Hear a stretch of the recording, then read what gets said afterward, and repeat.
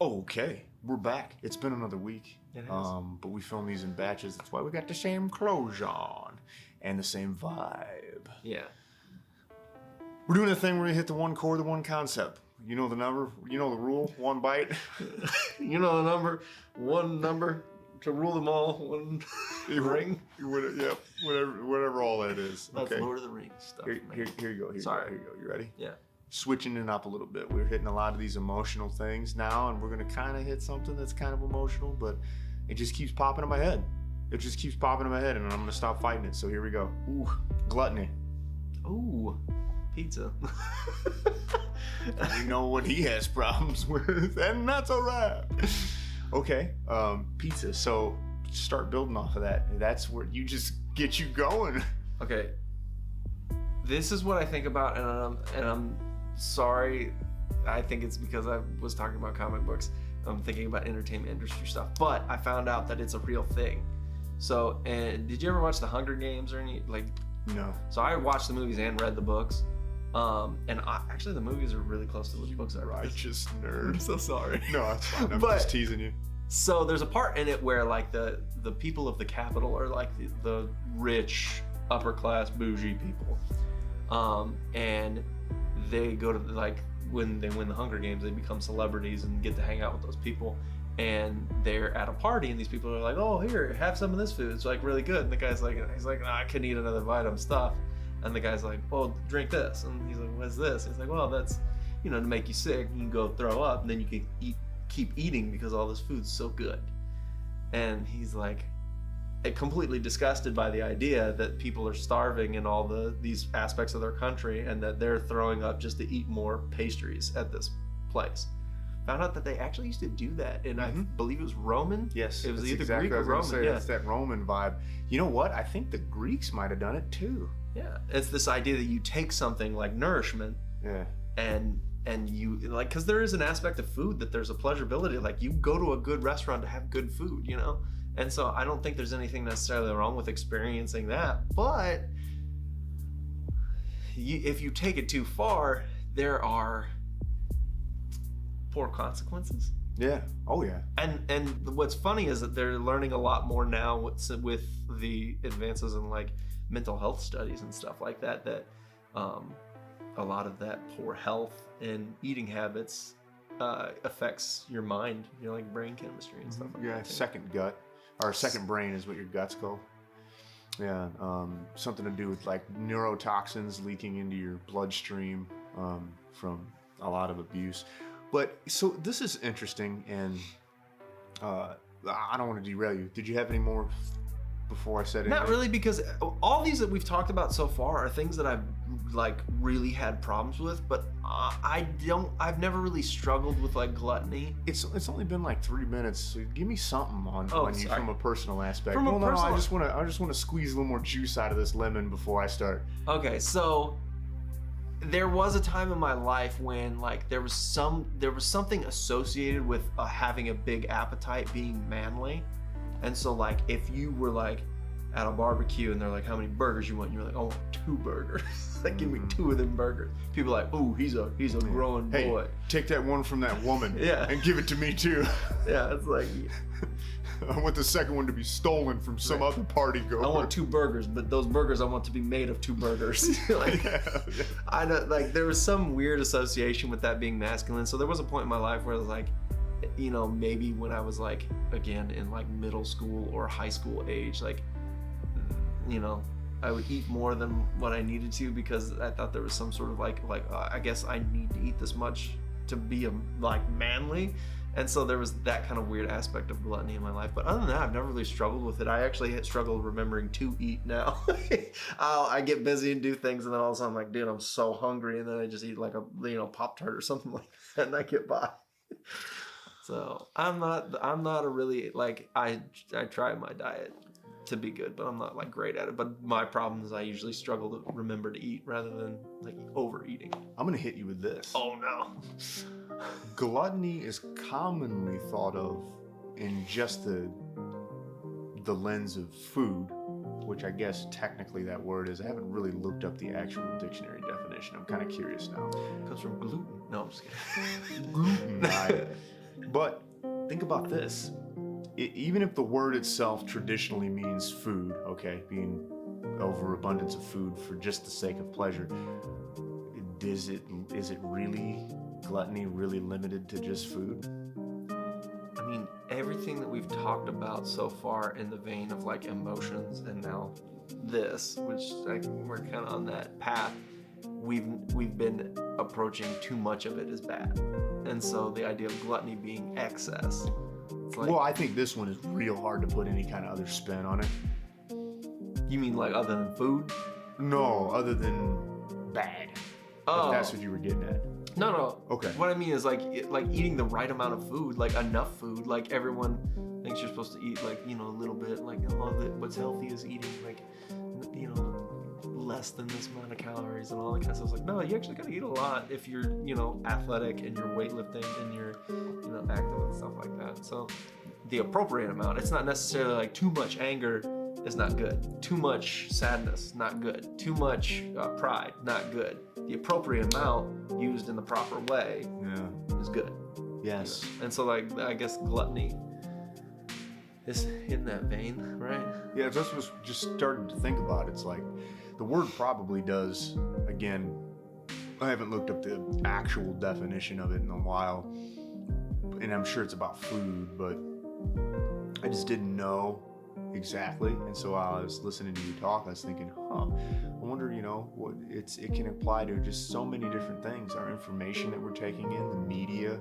We can be gluttonous with a certain type of wanting to pull from people. I find myself scrolling through YouTube videos because there's like a very specific thing that I'm looking for, and it's like, well, have I not heard enough about the circuitry of basic robots? Like, when is enough? I need to just start applying and learning the basics that I know. Why do I need more information from more sources? Like gluttonous for that kind of content. It's literally the mental equivalent of empty calories. You see, that's what I was starting to think about. And so even when it might seem harmless, right? But, you know, maybe that's not necessarily gluttony, because I think gluttony is more so like, you know, this is abundant and horrible, and abundant was the wrong word, but you know, this is just decadence. This is just too much. This is, you know it, and you're doing it anyways. Right. And that's when it starts to deteriorate and tear you down and really wound you. But, you know, in a culture where we have these problems with food and everything, I don't really know that our current culture has a gluttony problem with food or anything like that. I feel like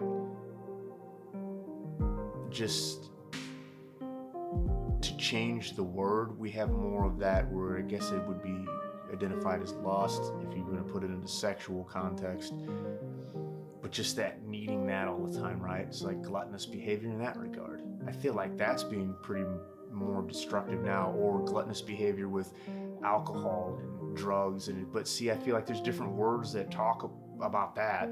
But that's where my mind is taking me right now. I don't really see too much evidence in our culture of like the gluttony with the food. Right. As much as I see it as just like, well, being full of lust, which we'll talk about at some point probably, or having these addictive personalities and things like that. But at the same time, I feel like is it the modern version of what gluttony is? Like, well, you know, you don't need 6 more beers, but here you go, and you know you don't need another another hit of the THC, but here you go, when in Rome, right? I feel like that's where that saying comes. Yeah. It probably is where that saying comes from, and I just made myself an idiot, but that's where my mind is going right now. And then with their information and the emotions that we're pulling out of people and demanding from them, and I just feel like it's this weird version of the spirit of gluttony, maybe is what it is.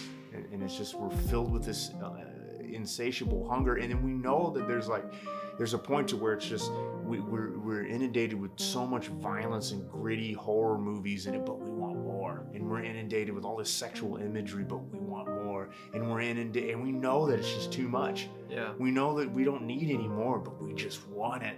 And it's more so like this spirit of gluttony than it is the actual classical action, is I feel like what's plaguing us currently. Yeah.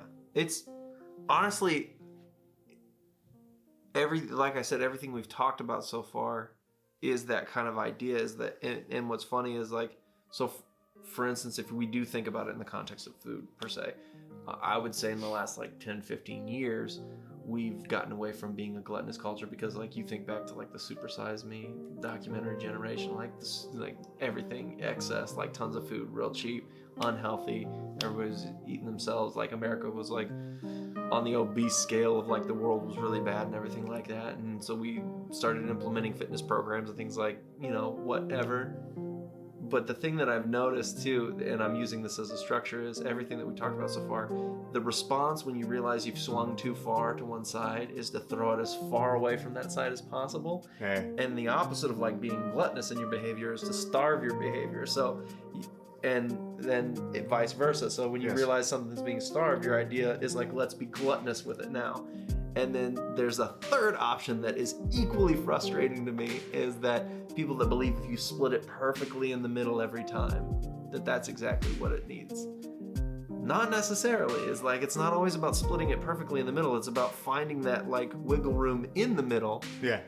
And pulling it in the proper direction. So when you realize you're too gluttonous, the idea is not to starve yourself just to try and, because you're going to run right past center if you do that, is to find out how to like coast your speed down rather than just to throw it all the way down. Absolutely. I agree with that wholeheartedly. So it was an interesting conversation I was having with my coworker today that fits this. And it was that, trust me, that fits. But it was that TikTok is starting to do longer form videos now. Yeah. And then he's like, well, isn't that just YouTube? And I was like, well, think about this for a second. YouTube tried to implement more classic social media aspects to it that didn't really work as well. You know, they got like page posts where you can post a meme or a picture and whatnot, and it does its thing, but it just doesn't hook the same as Instagram or Facebook. And then TikTok, I don't think their long form videos are going to hit the same as YouTube. So TikTok is way over here on this more of a social media aspect, and then YouTube's more over here on this media content type of a thing. And they can come close to being more of a classical social media thing, and then TikTok can kind of get itself from like the Instagram Reels, Vine area and kind of pull itself more towards being a media platform, but it's never really going to truly be that thing, right? And so that's kind of fitting in with what you're talking about, is that you can go that direction, but you have to also respect where you kind of naturally fit, I guess, in some ways. Right. Like you don't want to resist this too much. And so I don't know why, but I'm thinking in this context of like how to deal with this, even though we're talking about gluttony, but this is coming to my mind right now, is how to deal with this with sexuality. And this is one of the things that I talked about last week that was dangerous and bad about the repressed sexuality. And this is the thing, is that if you're a very sexual person and you're very touchy and you're very in the right context, you could be very intense in that. And that would be the healthy expression of that. Instead of it just being that you need to do that to everybody in every situation all the time. Like that's that feeling you're talking about, crammed all the way to the gluttony pedal, to the floor, so to speak. Right. But then the total abstinence and depraving yourself of those feelings and that expression is definitely not the way to go. Right. So you can take that really intense person that's over here with that kind of a sexual energy, and then you can bring them more sort of the center and help them find the healthy areas that they can have that and still be that intense, but in the proper setting with the right person in the right context. Right. And this is an interesting example of what perfect middle I meant too by that's not always right. Is so if you take sexuality and you're like, no, perfect middle is always right. You and your spouse alone in a passionate moment, and you and like a coworker in a lonely moment, if you keep the same level of sexuality for both those things, it's not going to be universally right just because you're playing it dead center. Yeah. You can throw it, it's appropriate to throw the pedal over a little more aggressively in the one direction and in the starving direction in either situation. It's not perfect middle that's perfect there. I see what you mean. So contextually, the meter should change. Right. Yeah. But to bring it back in with specifically, we're gonna run out of battery. Oh no! So to bring it back in with specifically, and hopefully we can finish this with, and the battery died while I was looking at the camera, so you missed nothing, and we're gonna pick that right back up. Yeah. Bringing the conversation about gluttony back to food, I don't really notice so much of that type of a vibe to where, you know what, actually, I take that back. It kind of rears its head in our society in the form of more so like the desserts. I notice that's kind of the area where a lot of people are just punishing themselves and taking it, like me with a pint of Ben and Jerry's. I was gonna say me with some cookies. That thing may as well say serving size pint. It should not have any other measurement on that thing. So you don't save the lid to that thing, you toss that. Yeah. You're not gonna need that again. Yeah. After you're done licking the ring of chocolate off the lid, then you go to start the main course. And that's an area where it's just like, boom, man, I'm into it. And I think maybe that might be where that happens. But, you know, overall, just our relationship with food really dramatically needs to change, not only for environmental reasons, but for individual health reasons, for spiritual reasons, because it's a coping mechanism for a lot of people. And their coping can push them into gluttonous patterns with food. I've seen it, kind of experienced it. Like I'm with you, I've never really quite struggled very hard with food. And I don't struggle with a lot of things that make my body feel bad. So yeah, I went through a lot of stages where, you know, getting drunk all the time was a thing, or getting really obliterated on THC was a thing. But to be honest with you, it's like I don't stay there very long, because even when I was at my worst, I would have on and off phases because, man, I just don't like feeling crummy.